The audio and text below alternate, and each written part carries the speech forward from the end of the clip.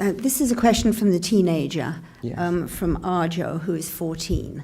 All right, 14. Right. Good. Very The, good. the basis of my question lies in the argument that supposedly God grants happiness to all those who try to attain him or her, and that God is the one who created us.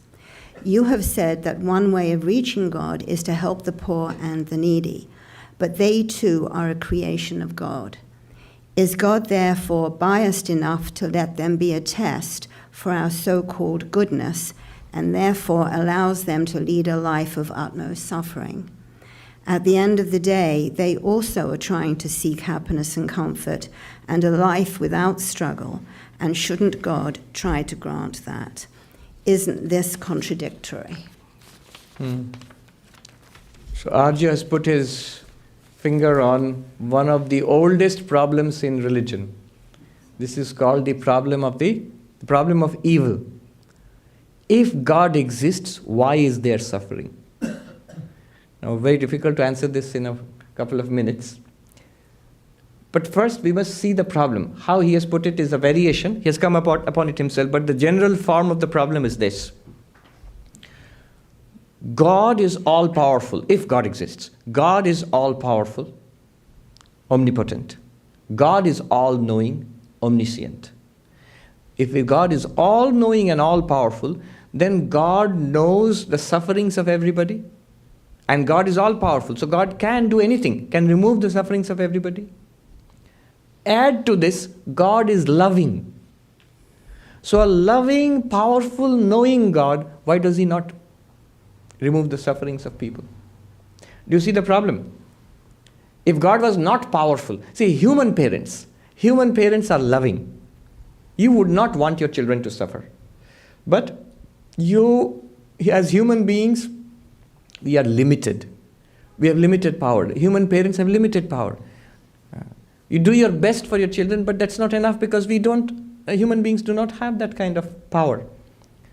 So we want that the children should not suffer, but we don't have the power. But suppose the human beings had the power to do everything good for the children, wouldn't you do it? Of course you would do it. Now the heavenly parent, heavenly father or mother, why doesn't he, she, it, who is loving and powerful and knowing, why doesn't it remove suffering? That's the question, the problem of evil. And many, many answers are there. Many, many answers. If I told you some of them, you would be underwhelmed. None of them are very convincing. There's one answer that it is character building. Suffering makes you stronger. But you can immediately object. How does the suffering of a baby make it stronger?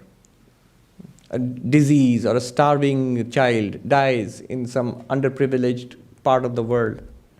How did it become stronger? Or the suffering of an animal. How is the animal becoming stronger by suffering? I mean, in general, sometimes it does. The classic example is that the pupa, caterpillar, which breaks out of the cocoon and becomes a butterfly.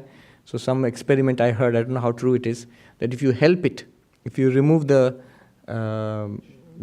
covering, then it will not be able to fly because its wings require that exercise to come out. So then argument is given, those who support this theory, like that we need this struggle, suffering, to become spiritually stronger. Maybe in some cases it is true, maybe in other cases not true. It is an important theological argument. In fact, there's a whole branch of theology called theodicy, justifying the ways of God to man. Explain. God will not explain. So on behalf of God, we have to charge God, and we have to also provide the defense counsel also. So God is absolutely unconcerned. And many other theories are there. Why is there suffering? What is the theory in Hinduism? One common theory, the standard answer in Hinduism, Jainism, Buddhism is the law of karma. It's not God's fault. And whose fault is it? It's yours. It's ours. So, how is it our fault? Law of karma is cause and effect. consequences. Actions have consequences. So if I'm getting consequences now, pleasant or unpleasant, usually I don't ask too many questions when the consequences are pleasant. Win a lottery, I don't ask questions. Did I deserve to? Why did I win this lottery? Oh no. On the other hand, if something unfortunate happens, unpleasant happens, why do I deserve this? It has never made sense to me.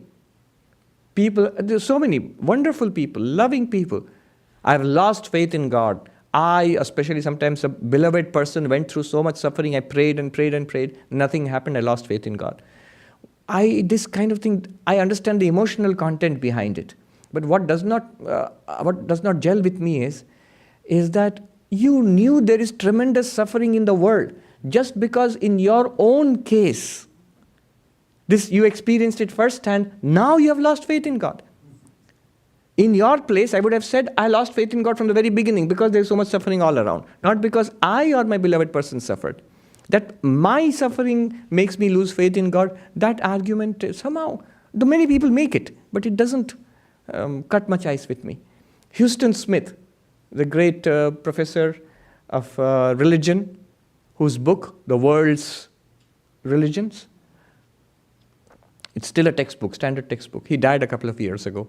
He had a very tragic incident in his life. His beloved granddaughter was murdered. And then afterwards, there was a radio interview, sometime afterwards, and the interviewer asked, "So, Professor Smith, do you still believe in God after this?" So the person who told me this, narrated, she's a nun in Santa Barbara, and she knew Houston Smith quite well, and she could mimic him very beautifully. So she told me that when they asked the question, he replied in his characteristic way. He replied, "How absurd! The people that die and are murdered all over the world, all throughout history. Just because today it is my granddaughter, I should stop believing in God? How absurd!" Whether you believe in God or not, that's a different thing. This cannot be a ground for believing or disbelieving. So law of karma is one. Suppose that doesn't cut ice with you. Though that is, I remember there's this book, Professor Arthur Herman. I've referred this earlier also. He was a professor of philosophy in Hawaii University. He wrote a book, The Problem of Evil in Indian Philosophy. But there he has collected the answers, which I mean answers to this question. He has collected the answers, 23 answers. I gave only 2 answers now. 23 answers he has collected to why there is suffering in the world if God exists. 23 answers. None of them are very convincing. So don't be in a hurry to find out what are the answers. But there are different answers. He has collected it from the different religions of the world, philosophies of the world, literature of the world. He has collected those answers. One more answer. Let me see if you like it. Buddha's answer. Not only law of karma. A deeper thing is, as he said, all compounded things decay. Everything is transitory in this world.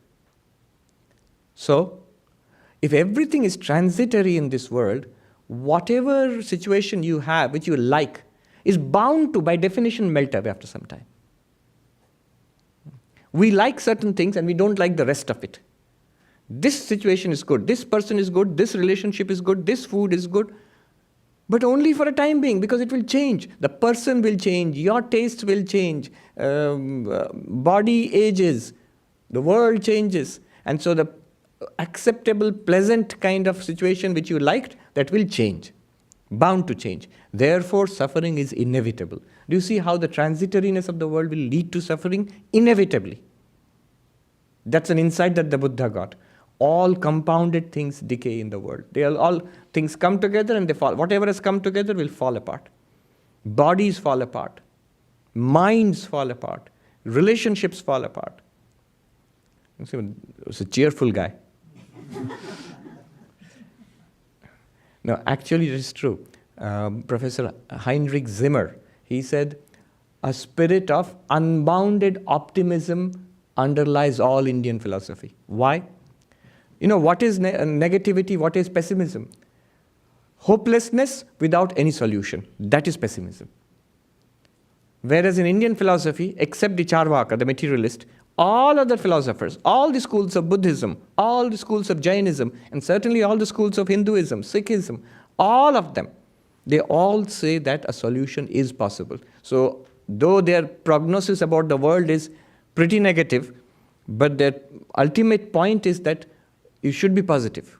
There is a solution possible. They call it moksha, kaivalya, nirvana, whatever they call it.